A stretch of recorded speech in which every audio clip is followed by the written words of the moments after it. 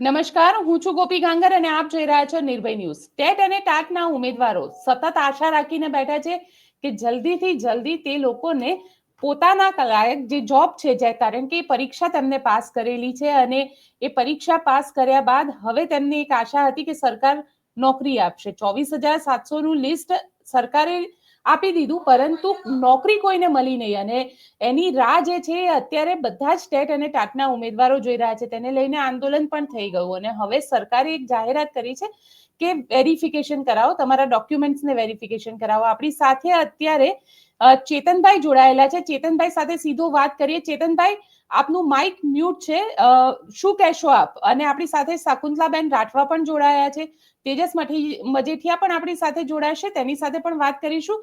ચેતનભાઈ, અત્યારે શું કહેવું છે આપનું? કારણ કે તમે લોકો ફરીથી આંદોલન કર્યું, એકવાર ફરી તમારે રોડ ઉપર ઉતરવાની જરૂર પડી। જી ધન્યવાદ। પહેલા તો અમારા આંદોલનની નોંધ લીધી અને સરકારના જે બહેરા થઈ ગયેલા કાન સુધી તમે અમારી બધી વાત પહોંચાડી। આંદોલન અમારે કરવું તો નહોતું, પરંતુ ભરતી જાહેર થયા બાદ વાયદા ઉપર વાયદાઓ આપ્યા અને એક પછી એક વાયદા આપતા ગયા, પરંતુ એક પણ વાયદો પૂરો ન કર્યો। ફક્ત જીએમએલ આપીને મૂકી દીધું। જીએમએલ મતલબ છે જનરલ મેરિટ લિસ્ટ, કે આટલા લોકોએ ફોર્મ ભર્યા છે, એનું આટલું મેરિટ છે। એક વખત એ લોકોએ જગ્યા આપી દીધી 24,700, પણ એ જગ્યા પણ ખાલી કેવા પૂરતી છે 24,700, એમાં 5700 જે જૂના શિક્ષકો છે, 1200 આચાર્ય છે, એ ભરતી નથી, એ બદલી છે, એવું ખુદ કુબેરભાઈ એના મોઢેથી બોલ્યા હતા। આપણે એક સંમેલનની અંદર જોયું પણ હતું। પણ આટલી બધું થયા પછી મંત્રી શ્રી વાયદો આપે છે અને એ વાયદો પૂરો નથી થતો, અને પછી 16 જાન્યુઆરી વીએસકે થી વાયદો આપે છે કે 1 મહિનાની અંદર તમારી ભરતી પ્રક્રિયા પૂર્ણ કરશું। પરંતુ 40 દિવસ થઈ ગયા ત્યારે અમે આંદોલન કર્યું અને એ લોકોએ ભરતી કરી નહીં, અને ભરતી ન કરી એટલા માટે અમારે ત્યાં આવવું પડ્યું કે આજ સુધી પ્રોસેસના નામે ઝીરો કેમ? હજુ નહીં કોઈ પીએમએલ આવ્યું છે, નથી કોઈ ડોક્યુમેન્ટ વેરિફિકેશન, જે કાલે તારીખ જાહેર કરી ડીવીની। મતલબ આમાં બેન એટલી બધી પ્રોસેસ આવશે। એક જીએમએલ પછી પીએમએલ આવે, પીએમએલ પછી એ લોકો ડોક્યુમેન્ટ વેરિફિકેશન કરે, ડોક્યુમેન્ટ વેરિફિકેશન કર્યા પછી એ લોકો જિલ્લા પસંદગી આપે, જિલ્લા પસંદગી કર્યા પછી એ સ્થળ પસંદગી આપે, સ્થળ પસંદગી કર્યા પછી નિમણૂક પત્ર આપે। હવે આટલી પ્રોસેસ કરવાની હોય છતાં પણ ભરતી જાહેર થયાના, ફોર્મ ભરાઈ ગયાના આટલા દિવસો થયા છતાં પણ પ્રોસેસના નામે મીંડું, તો આ પ્રોસેસ એ ક્યારે પૂરી કરી શકે? અને એમાં પણ ભરતી ક્રમિક કરવાની, તો વિદ્યા સહાયક 1 થી 5 આ બધાની ભરતી તો મને લાગે છે આવતા વર્ષે પૂરી થાય। અને એટલા માટે ઝડપી ભરતી પ્રક્રિયા થાય એટલા માટે અમારે આંદોલન માટે ગાંધીનગરમાં આંદોલનના માર્ગે આવવું પડ્યું હતું। જો વાયદો પૂરો કરે તો અમારે આવવું જ નહોતું, પરંતુ આ તો સરકાર દ્વારા, હું વારંવાર કહું છું, અમારે આવવું નહોતું, બોલાવવામાં આવ્યા છે, નિમંત્રણ એને મોકલ્યું છે કંકોત્રી, તમે આવો ને અમારી પાસે તારીખ માંગો, કારણ કે એમ વાયદા પૂરા કરતા નથી, અને એટલા માટે અમારે જવું પડ્યું હતું। છતાં અમારી બધી માંગ નથી સ્વીકારી। હજી અમારી જગ્યા વધારાની માંગ છે, ઘણી બધી માંગો છે, બાકી છે, આપણે આગળ ચર્ચામાં લઈશું।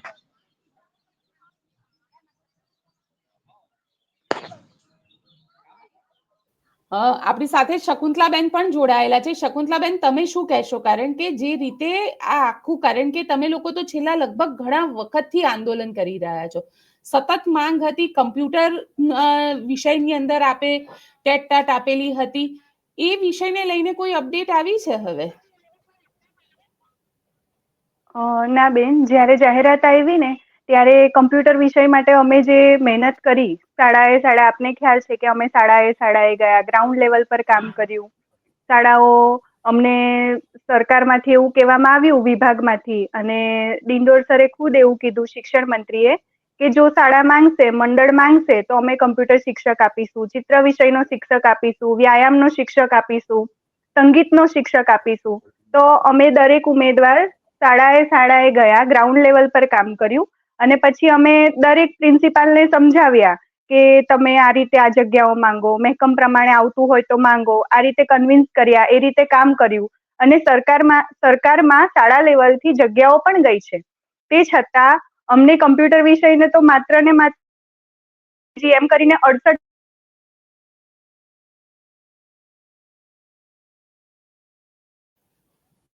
જેવી ભરતી કરેલી હતી, અને હાલ તો માત્ર 68 જેવી જ આપેલી છે। એટલે ક્યાંય નથી ચિત્ર, સંગીત, પીટી કે કમ્પ્યુટર, કોઈને ન્યાય મળેલ નથી।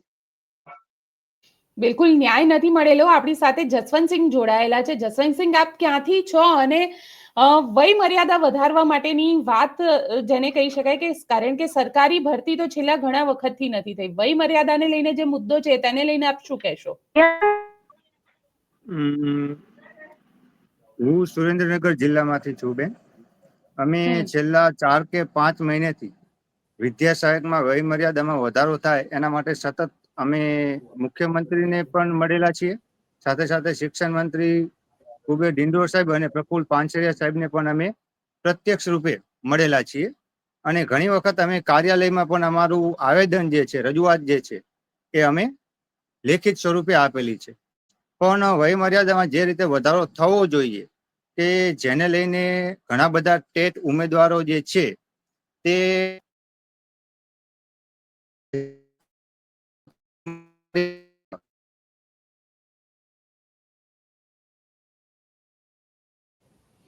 લાગે છે નેટવર્કનો કોઈ ઇશ્યુ છે. ચેતનભાઈ, તમને પૂછીશ કે વય મર્યાદાને લઈને આપનું શું કહેવું છે? કારણ કે વય મર્યાદા પણ એક સૌથી મોટો મુદ્દો છે. જે લોકો છેલ્લા આટલા વર્ષથી સરકારે તો રિક્રુટમેન્ટ જ નથી કરી. જી, એક તો પહેલી વસ્તુ, કોરોનાના સમયગાળા દરમિયાન 2 વર્ષ દરેકે દરેક ઉમેદવાર નામ તો જિંદગીમાંથી ઓછા જ થઈ ગયા છે. એટલે એ 2 વર્ષ આસપાસ જે ખોટ રહી ગઈ, ભરતી આમ તો ભરતી ઘણા સમયથી નથી થઈ તો 1000 અને 500 ની થઈ છે. તો હવે આખી જિંદગી મહેનત કરી હોય બેન, કે ભણ્યા હોય, જીવન વિતાવ્યું હોય, પ્રાઇવેટમાં નોકરી કરી હોય, અને છેલ્લે જ્યારે આવડી ભરતી જાહેર થાય ત્યારે ફક્ત કેટલાક ઉમેદવાર તો બેન એવા છે જે 5 દિવસની વય મર્યાદાને કારણે ભરતીમાં નથી જોઈન થઈ શકતા. કેટલાક એવા છે 1 વર્ષ, કેટલાક એવા છે 6 મહિના. તો આ ઉમેદવારોએ આખી જિંદગી મહેનત કરી. કોરોના તો કુદરતી આપત્તિ છે. આપણે હવે આવી કુદરતી આપત્તિઓ આવી હોય, પોતાના જિંદગીના અમૂલ્ય 2 વર્ષ જતા રહ્યા, એને પરીક્ષાઓ પણ પાસ કરી છે, મહેનત પણ કરી છે, અને પછી જો આવું પરિણામ મળે તો સરકારે આ બાબતે બહુ સંવેદનશીલ મુદ્દો છે, વિચારવું જોઈએ. બીજું, અમારી માંગ બેન ફક્ત એવી નહોતી કે પીએમએલ અને ડીવી ની તારીખ રજૂ કરો. અમારી માંગ એવી હતી કે ચલો વય મર્યાદા ભી વધારો કરો. બીજું, જે વિદ્યા સહાયકની મંજૂર થયેલી જગ્યા છે એ, બીજું હજી વિદ્યા સહાયકનું એ લોકોએ ખાલી લિસ્ટ આપ્યું છે. વિષય કેટલા વિષયમાં કેટલી જગ્યા છે, કઈ કઈ જગ્યાઓ ખાલી છે, કેટેગરી વાઇઝ કેટલી જગ્યાઓ ખાલી છે, કશું જ આપ્યું નથી. અત્યાર સુધી જેવી રીતે એને માધ્યમિક અને ઉચ્ચતર માધ્યમિકની અંદર જીએમએલ આપી દીધું કે આટલા ઉમેદવારે ફોર્મ ભર્યા છે, એની આ ટકાવારી છે. વિદ્યા સહાયકમાં સેમ એ છે કે આ વિષયમાં આટલા ફોર્મ ભર્યા છે અને આટલા લોકોના આટલું મેરિટ બને છે. બાકી વિષય વાઇઝ કેટલી જગ્યા છે એ સ્પષ્ટતા કરશે તો ખબર પડશે ને. ત્રીજી વસ્તુ, 1 થી 12માં ઘણી જગ્યાઓ ખાલી છે જે હજુ પણ નથી ભરતા. 1 થી 5માં આરટીઆઈ પ્રમાણે બેન ભરતી કર્યા બાદ 21,000 જેટલી જગ્યા ખાલી છે. આ 21,000 જગ્યા ખૂબ નાનો આંકડો નથી, બહુ મોટો આંકડો છે સરકારી શાળામાં ભણતા બાળકો માટે. તો એ જગ્યાઓ ભરવામાં આવે. 6 થી 8માં ઘણી જગ્યા ખાલી છે, એ ભરવામાં આવે. 9 થી 12ની અંદર જગ્યા વધારો કરવામાં આવે. આવા ઘણા બધા મુદ્દા લઈને અમે ગાંધીનગર આવ્યા હતા, પણ એક મુદ્દાનું હજુ સોલ્યુશન આવ્યું છે, અન્ય મુદ્દાઓ બાકી છે. હવે સરકાર થોડાક સમયમાં જાહેરાત કરે છે કે કેમ, એ જોવું રહ્યું. પણ ચેતનભાઈ, અહીંયા સવાલ એ ઉભો થઈ રહ્યો છે ને કે જે રીતે આ ખસેડવામાં આવી રહ્યા છે, જે રીતે ઉમેદવારોને ત્યાંથી પોલીસ આવી જાય છે અને પોલીસ એવી રીતે વર્તન કરે છે જાણે આતંકવાદી છે. મતલબ ભાવિ શિક્ષકો છે, ભાવિ શિક્ષકો સાથે આ પ્રકારનું જે વર્તન કરવામાં આવે છે, બહેનો સાથે પણ આ પ્રકારનું વર્તન કરવામાં આવે છે. શકુંતલાબેનને પહેલા પૂછીશ, શકુંતલાબેન શું કહેશું? કારણ કે દર વખતે બહેનો સાથે પણ આ જ પ્રકારનું વર્તન કરવામાં આવે છે, જાણે કે એ લોકો આતંકવાદી હોય.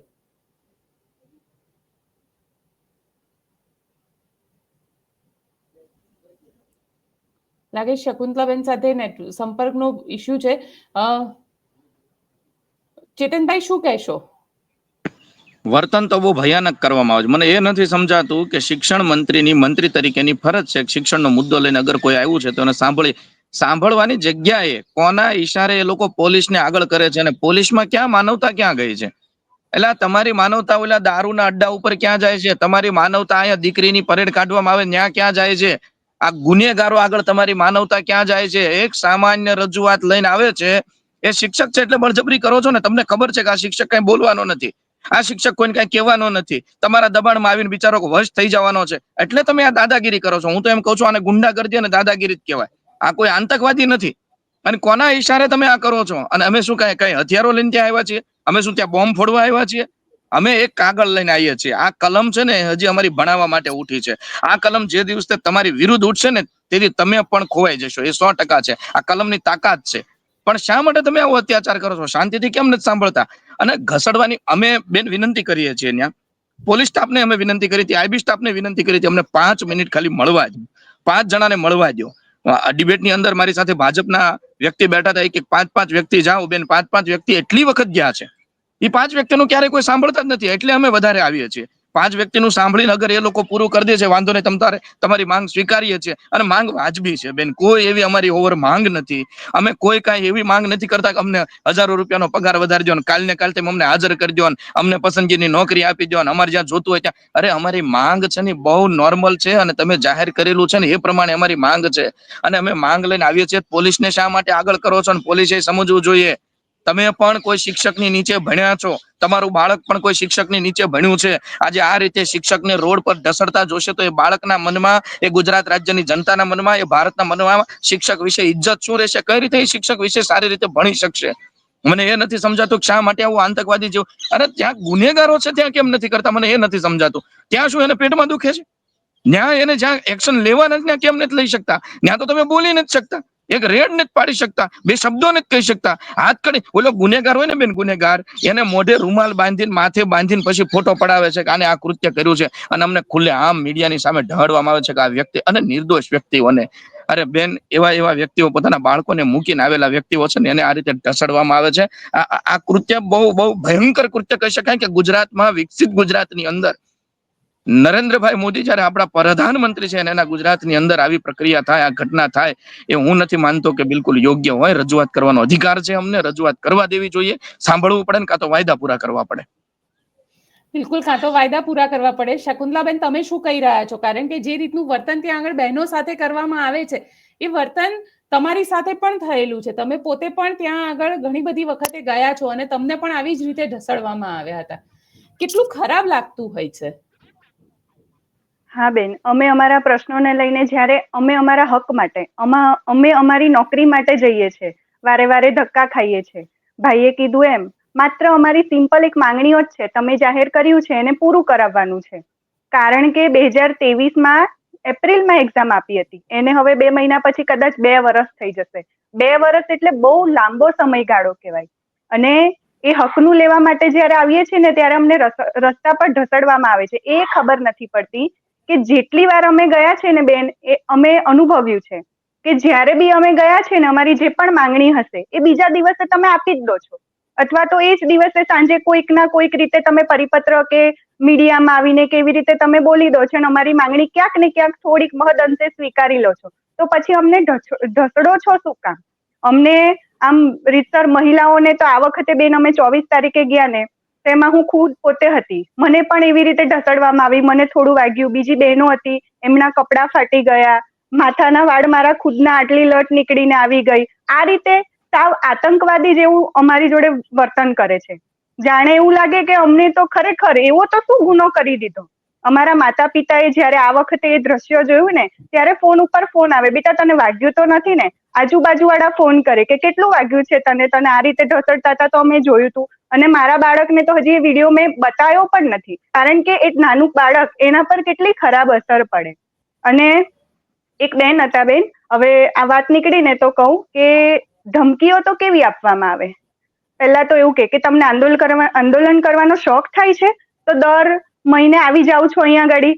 પછી કે છે તમને ઢસડાવવાનો શોખ થાય છે, આવા શું નાટકો કરો છો, આવા શું ઢોંગ કરો છો, આવી રીતે અમને કહેવામાં આવે છે.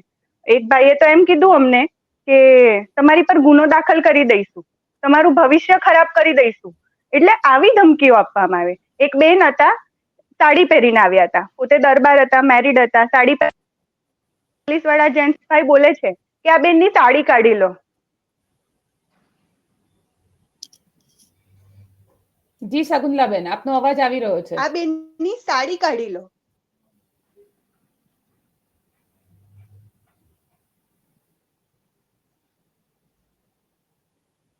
શકુંતલાબેન સાથે લાગે છે સંપર્ક નથી થઈ રહ્યો, કારણ કે નેટવર્કનો ત્યાં આગળ પ્રોબ્લેમ હશે. આપણી સાથે તેજસ મજેઠિયા જોડાયેલા છે. તેજસ, શું કહેશો? કારણ કે જે રીતે આ આખી ઘટના સામે આવી રહી છે, તમે પણ એ દિવસે ત્યાં હતા, અને કેટલું ખરાબ વર્તન કરવામાં આવે છે પોલીસ દ્વારા, કારણ કે સરકાર પાસે નોકરીની આશા સાથે તમે લોકો ગયા છો, અને એ નોકરી માટેની જેટલી પણ કોમ્પિટિટિવ એક્ઝામ છે, એ એક્ઝામ તમે લોકોએ પાસ કરેલી છે. હવે સરકારનો નિયમ બને છે, સરકારનું એક ક્ષેત્ર બને છે કે તમને નોકરી આપવી.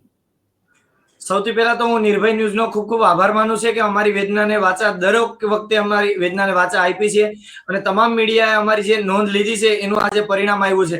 પરંતુ મારે કરવી છે ગુજરાતની આ સિસ્ટમની, આ સરકારની. તો વાત કરીએ તો કે ગુજરાતની અંદર દરેક વખતે આજે બેન અમે જોવા જઈએ તો અમે સૌથી પહેલું આંદોલન થયું હતું 10/7/2023, એના આજે 2 વર્ષ પૂર્ણ થવા આવ્યા. તેમ છતાં પણ અમારે જયારે ન્યાય લેવાની વાત આવે ત્યારે દરેક વખતે આંદોલન શા માટે કરવું પડશે? સરકારને એટલી ખબર જ હોય છે કે ઉમેદવારો છે એ ન્યાય લેવા માટે આવવાના છે. જાણી જોઈને ઉમેદવારોને છે ને એને ખબર હોય છે, શિક્ષણ મંત્રી સાહેબને, વિભાગના તમામ અધિકારી સાહેબને તો એટલી ખબર હોવી જોઈએ કે ઉમેદવારોની આ ડિમાન્ડ છે, આ એની માંગ છે, તો આપણે પૂરી કરીએ. અને શિક્ષણ મંત્રી જયારે પોતાની તારીખ, પોતાના વાયદાઓ, તાઇફાઓ જે ભૂલી જાય છે, એ તાઇફાઓ અમે યાદ કરાવવા માટે જઈએ છીએ. અને આ સરકારની આ સત્તા પક્ષ અને સિસ્ટમમાં કેવું છે, સરકારને તમે અરીસો દેખાડો તો એને ખરાબ લાગે. શિક્ષણ મંત્રી સાહેબની હું વાત કરું તો આની પહેલા શિક્ષણ મંત્રી સાહેબે એવું કીધું હતું, દર 15 જૂને અમે કાયમી શિક્ષકની ભરતી કરીશું. 15 જૂન આવીને જતી રહી. પછી કે અમે દર દિવાળી પહેલા અમે ભરતી કરી દેશું. આ 2024 ની દિવાળી આવીને જતી રહી. પછી શિક્ષણ મંત્રી એમ કહે છે કે ભાઈ હવે ડિસેમ્બર અંત સુધીમાં કરી દેશું. ડિસેમ્બરનો અંત પણ આવીને જતો રહી છે. ત્યાર પછી વિદ્યા સમીક્ષા કેન્દ્રમાં જયારે શિક્ષણ વિભાગની મીટિંગ હતી ત્યારે જાહેર મંચ ઉપર મીડિયા સામે શિક્ષણ મંત્રી બોલ્યા હતા કે અમે 1 મહિનામાં કાયમી શિક્ષકની ભરતી પૂર્ણ કરી તમામને નિમણૂક પત્ર એનાયત કરીશું. આ 16 જાન્યુઆરી 2025 સાહેબે કીધું હતું. એને 16 ફેબ્રુઆરીએ મહિનો પૂરો થયો. માથે અમે શિક્ષણ વિભાગને અઠવાડિયું અમે કીધું કે અમારી માંગ જે તમે કહેતા હતા એ પૂરી કરો. તે ન પૂરી કરી એટલે અમારી પાસે જવું પડે. અમે ડાયરેક્ટ આંદોલન બેન કરવા નથી પહોંચી જતા. અમારે પણ ઘર બાર હોય છે, અમારે પણ કામ ધંધા હોય છે. બધું મૂકી અને અમે કઈ નવરાતો છે નહીં કે આંદોલન કરવા આવીએ. અમે વિભાગમાં જાણ કરી હતી કે તમે અમારું રિઝલ્ટ આપવા માટે થઈને તમે આચારસંહિતાનો બાનો કાઢશો. એટલે આચારસંહિતાની અમે 20 દિવસ પહેલા કીધું હતું કે અમારું રિઝલ્ટ ડિક્લેર કરી દો. તો કે ના તમારું થઈ જશે. અને પછી આચારસંહિતામાં ગયા તો કે આચારસંહિતા ચાલુ છે. પછી આચારસંહિતા પૂરી થઈ તો કે ના આવવાની જ છે કે ઉપરથી આદેશ આવે ત્યારે. બેન અમે આંદોલન 24 તારીખે કર્યું ને 25 તારીખે અમારો આંદોલનની ઇફેક્ટ ના લીધે આ લોકો છે એ 9 થી 12 નું ખાલી આપ્યું છે. અડધી માંગ સ્વીકારે ને અડધી છે ને બેન અધૂરી રાખી રહી છે. આ શિક્ષણ વિભાગમાં મંત્રી સાહેબને એવું ખબર છે, આની પહેલા શિક્ષક દિનમાં જયારે આંદોલનની તારીખ હતી ત્યારે મંત્રી સાહેબ છે ગાંધીનગરમાં હાજર જ નતા. કાલે અમે આવવાના હતા 24 તારીખે, ત્યારે મંત્રી સાહેબ છે ગાંધીનગરમાં હાજર નતા. એટલે જાણી જોઈ અને છટકબારી કઈ રીતે કરવી એ સાહેબને આવડે છે. અને શિક્ષણ મંત્રી સાહેબને આ વખતે મંચ ઉપર મીડિયા બાઇટ આપવી પડે એટલે પોતે છે એ પ્રફુલ્લ પાનસુરિયા સાહેબને આગળ કરી અને કહી દે છે કે ભાઈ ટૂંક સમયમાં કરીશું. મને તો બેન એ જ નહીં ખબર પડતી કે આ લોકોનો ટૂંક સમય ક્યારે આવશે. એટલે જાણી જોઈને બેન હકીકતમાં જોઈને તો અમારી સાથે એક રમત રમવામાં આવે છે. અડધી માંગ અમારી પૂરી કરે, અડધી છે અધૂરી રાખે. એટલે અમે આજે નિર્ભય ન્યૂઝના માધ્યમથી સરકારશ્રીને પણ કહીએ છીએ કે જેવી રીતે તમે 11/12 સરકારીનું ડોક્યુમેન્ટ વેરિફિકેશન 10 માર્ચે કીધું છે, 9-10 સરકારીનું 15 માર્ચે કીધું છે, ત્યારબાદ 11/12 ગ્રાન્ટેડનું 25 માર્ચે ડોક્યુમેન્ટ વેરિફિકેશન, ત્યારબાદ 9-10 ગ્રાન્ટેડનું છે 30 માર્ચે, ત્યાં સુધીમાં 9 થી 12 નું ડોક્યુમેન્ટ વેરિફિકેશન પૂર્ણ કરી અને એપ્રિલના અંત સુધીમાં તમામને નિમણૂક પત્ર એનાયત કરશે. એપ્રિલની છેલ્લી તારીખ સુધી અમે રાહ જોઈશું. જો 9 થી 12 ના ઓર્ડર નહીં આપવામાં આવે તો આ વખતે બેન અમે કહીએ છીએ ઓછામાં ઓછા અમે 20 થી 25 હજાર ઉમેદવાર છે. અમે અમારા મિત્રો, વાલીઓ, શાળાઓમાં અમારા જે કઈ કોચિંગમાં અમારા ટ્યુશનમાં માની લો કે કોઈ ચલાવતા હોય તો એને ત્યાં આવતા હોય બધાને લઈને અમે ઘર બાર બધાય લઈને ગાંધીનગરમાં અમે રસોઈથી માંડીને ગેસના ચૂલા, સિલિન્ડર બધું લઈને અમે ધામા નાખીશું. એટલે એપ્રિલના અંત સુધીમાં શિક્ષણ મંત્રી સાહેબને એટલું કહે કે 9 થી 12 ના નિમણૂક પત્ર એનાયત કરવામાં આવે. અને બીજી માંગ અમારી એ છે કે ભરતી તો ક્રમિક થવાની છે એટલે 9 થી 12 નું તમે એપ્રિલ સુધીમાં પૂરું કરી દેજો. સાથે સાથે અમે જગ્યા વધારાની માંગ કરીએ છીએ કે આજે 78,000 જેટલા ઉમેદવારો પાસ છે એની સામે માત્ર ને માત્ર 24,000 ની જ ભરતી કેમ? વિભાગમાં અન્ય વિભાગમાં માની લો ગૃહ વિભાગ હોય તો એમાં જેટલું પણ મહેકમ ખાલી હોય ત્યાં તો ભરતી કરવામાં આવશે. છેલ્લા 3 વર્ષમાં બેન 24-25,000 પોલીસ કર્મીઓની ભરતી કરવામાં આવશે. આની પહેલા થઈ 12,000 હમણાં થશે. તો શિક્ષણ વિભાગમાં કેમ? તો અમે આશા રાખીએ છીએ કે ભાઈ 5700 જેટલા જૂના શિક્ષકો અને 1200 જેટલા આચાર્યનું જે કેમ્પ બદલી કેમ્પ હતા એ પૂર્ણ થઈ ગયા. શિક્ષણ મંત્રી સાહેબે બદલીને ભરતી કહી દીધું હતું. એ પૂર્ણ થયા પછી જેટલી પણ જગ્યાઓ ખાલી છે એ 9 થી 12 માં વધારો કરવામાં આવે. સાથે સાથે 6 થી 8 ના ઉમેદવારો અમે 53,447 જેટલા પાસ છે. 6 થી 8 ના એની સામે માત્ર ને માત્ર ભરતી તો 7,000 ની 53,000 ની સામે માત્ર 6 થી 8 માં 7,000 ની જ ભરતી. 1 થી 5 ની અંદર 9,371 ઉમેદવાર પાસ છે. એની સામે માત્ર 5,000 ની જ ભરતી. મતલબ 1 થી 8 ની અંદર અમે 62,000 ફોર્મ ભરાણા અને માત્ર જોવા જાય તો 13,852 ની જ ખાલી ભરતી કેમ 33% ની ભરતી કેમ. એટલે આશા રાખીએ છીએ કે ભાઈ 1 થી 8 માં પણ જગ્યા વધારો શક્ય હોય એટલો. અમે એમ નથી કહેતા બધું તમે આપી જ દો, પણ જે બાળકોને ભણવાનો હક છે તો તમે શિક્ષકોની ભરતી છે સંપૂર્ણ રીતે કરો. અને જે શાળા સહાયક નામનું જ્ઞાન સહાયકની જે મેં ગત નવું લાવ્યા 22 તારીખે, તો આવા કરાર આધારિત બંધ કરો. જો આવા બધા અખતરા કરવા હોય તો અન્ય વિભાગમાં કરો, તમે શિક્ષણ વિભાગમાં ન કરો. એટલે આશા રાખીએ છીએ કે જે રીતે મંત્રીઓ પોતાના વાયદાઓ, તાઇફાઓ, તારીખો આપે છે, આ વખતે જો એપ્રિલના અંત સુધીમાં 9 થી 12 ના ઓર્ડર નહીં કાઢે તો અમે ફરીથી ગાંધીનગરમાં આવીશું અને આ વખતે અમારું હશે એ છેલ્લું અને સૌથી મોટું આયોજન હશે. એટલે આશા રાખીએ છીએ કે એપ્રિલના અંત સુધીમાં જે કાલે પ્રેસ નોટ બહાર પડી છે એ મુજબ અમારી ભરતી કરવામાં આવે. આ માંગ અમારી છે. અને 2 મિનિટ બેન હું આપનો લઈશ કે જે પોલીસ કર્મીઓને પણ હું મીડિયા મારફતે કહેવા માંગુ કે તમે એક ઉમેદવાર અને સરકારની વચ્ચે એક બ્રિજ બનીને અમારી ડિમાન્ડ છે, અમારી જે માંગ છે ત્યાં પહોંચાડો. પરંતુ અમે હજુ અમે બેનર પકડીએ ત્યાં તો અમારી અટકાયત કરી નાખવામાં આવે. જો આટલી જ બધી એ લોકોને એમ લાગે કે ટીંગાટોળી કરવી તો કરો ને. કેટલા લોકો એવા છે કે ભ્રષ્ટાચારમાં પકડાય છે, દારૂમાં પકડાય છે, ચોરીઓમાં પકડાય છે. ન્યા એ લોકો ટીંગાટોળી નહીં કરે. કેમ કે ન્યા નહીં બતાવી શકે. જ્યાં નથી કરવાનું ત્યાં કરે. બેન, કાયદેસર અમને ઉમેદવારોને ઢસડવામાં આવે છે. અમારી ગરદન ઉપર એક બાદ ભીડી લેવામાં આવશે 4 પોલીસ કર્મીઓ દ્વારા. અમને કોઈ પણ હાલતે ગાડીમાં કઈ રીતે પૂરવા ખબર નહીં. ઉપરથી આ લોકોને કોણ આદેશ આપે છે તો રામ જાણે, ભગવાન જાણે. પણ આવી રીતે કૃત્ય ન કરવું જોઈએ. કેમ કે પોલીસ પણ એક શિક્ષક પાસેથી ભણીને આવે છે. તો અમે આશા રાખીએ છીએ કે અમારી જ્યારે પણ રજૂઆત હોય, પોલીસે એક કામ કરવું જોઈએ કે કોઈ એસપી હોય કે ડીવાયએસપી હોય કે પીએસઆઈ, કોન્સ્ટેબલ, કોઈ પણ જે લોકો બંદોબસ્તમાં હોય એ લોકોએ અમારી માંગ એક વખત સાંભળવી જોઈએ. અમે 5 ઉમેદવાર મળવા માંગતા હતા. જો અમને મળવા લઈ ગયા ને તો અમે શાંતિથી સત્યાગ્રહ છાવણીમાં બેસવાના હતા.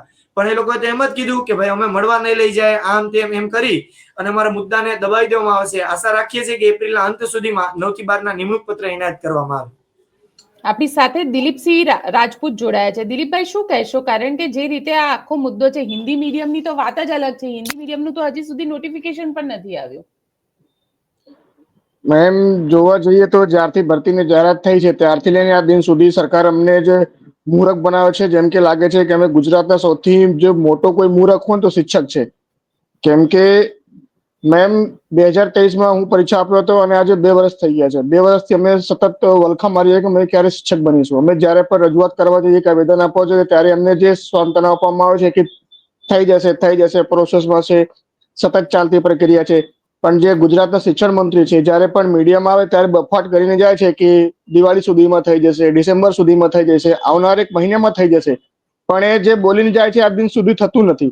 એટલે અમે જ્યારે 24 તારીખે એ જ જ્યારે સાહેબના કહેવા પ્રમાણે કે મતલબ કે તમારા 1 મહિનામાં ભરતી થઈ જશે, અમે જ્યારે એમને રજૂઆત કરવા ગયા ત્યારે પોલીસને આગળ ધરી અમારે બધાને ટેંગાટોળી કરીને બધાને ડિટેન કરવામાં આવ્યા, બહેનોને ઘસડવામાં આવ્યા, ભાઈઓને કોઈના હાથ ભાગ્યા, કોઈને નખ વાગ્યું.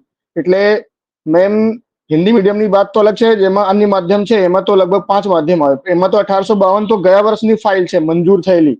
ગયા ફેબ્રુઆરીમાં ફાઇલ મંજૂર થઈ હતી પણ આજ દિન સુધી એની જાહેરાત પણ નથી આવી. જ્યારે જાહેરાત આવી તો ગુજરાતી માધ્યમની સાથે આવી. પણ અમારામાં ક્રમિકનો મુદ્દો નથી, પણ જાણી જોઈને સરકાર એ પણ ભરતી નથી કરતી.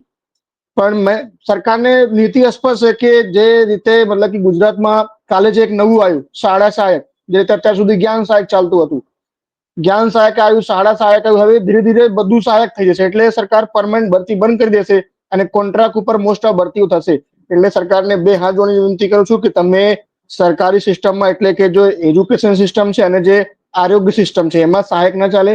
કેમ કે જે બાળકો છે એ જો કોઈ પરમાનન્ટ ટીચર હોય ને એની જોડે સતત ભણે ને તો જે આગળ વધી શકે છે. ગુજરાતનું શિક્ષણ જો જેમ કે મોદીજીએ જોવા જઈએ તો 2047 નું જે ટાર્ગેટ રાખ્યું છે કે વિકસિત ગુજરાત અને વિકસિત ભારત, જો ખરેખર ભારતને આગળ વધવું છે, વિકસિત બનવું છે અને ગુજરાતને પણ વિકસિત ગુજરાત બનવું છે તો જે પાયાનું જે શિક્ષણ છે, જો એ પરમાનન્ટ ટીચર નહીં હોય અને જે સહાયક કરીને જે ભણાવશે, તો મને તો નહીં લાગતું કે 2047 સુધીમાં ગુજરાત કે ભારત વિશ્વગુરુ બની શકશે કે દીક્ષિત ગુજરાત બની શકશે.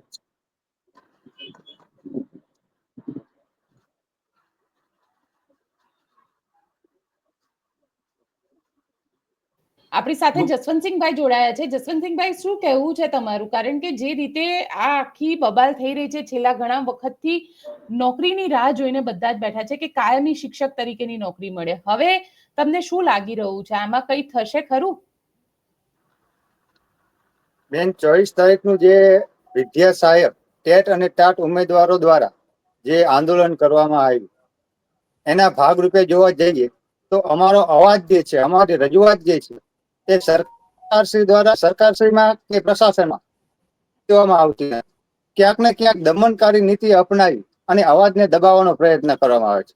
અમારી માંગ જે છે જુદા જુદા 4-5 બાબતોને લઈને હતી.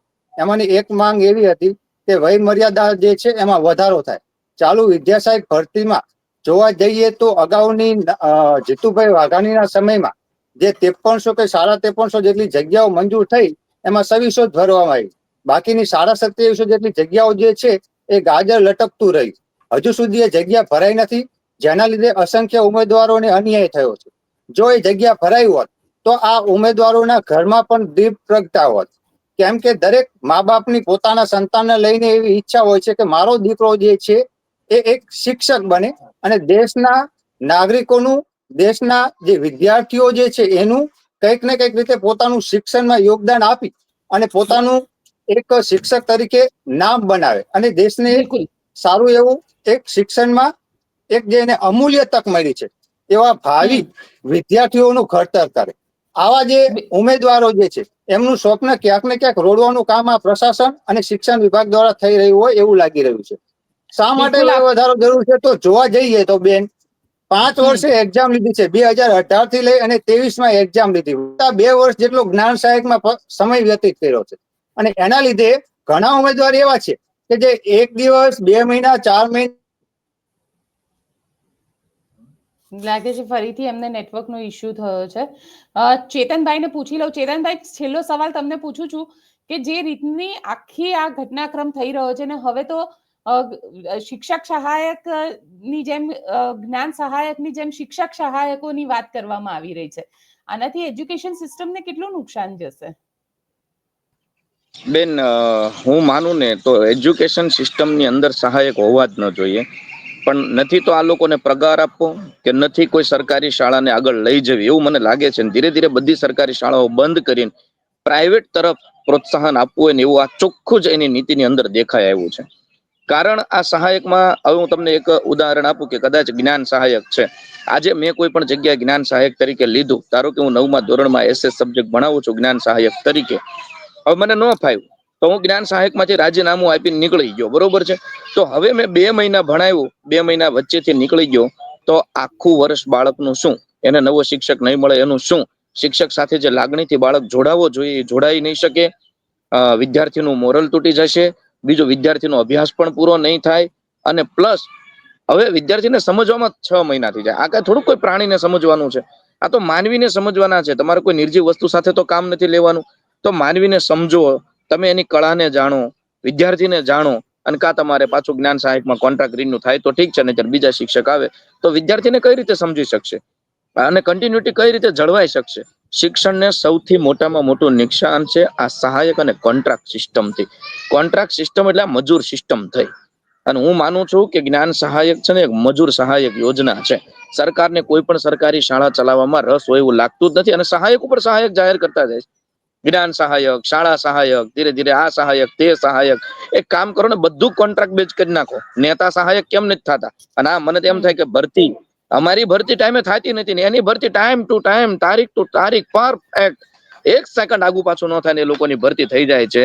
અને મોંઘવારીની બધું તરત એને નડે છે. હમણાં ફિક્સ પે નો મુદ્દો છે તો ફિક્સ પે નો મુદ્દો નહીં લે બેન. આ મુદ્દો એટલે યાદ કરાવું છું કે હમણાં જ એના મોંઘવારીમાં વધારો કરવામાં આવ્યો. આ એટલો પગાર છે છતાં એને મોંઘવારી નડે છે અને આ 5 વર્ષ જાણે આપણું અર્થતંત્ર સ્થગિત રહેવાનું હોય એમ, ફિક્સ પે નથી નડતું.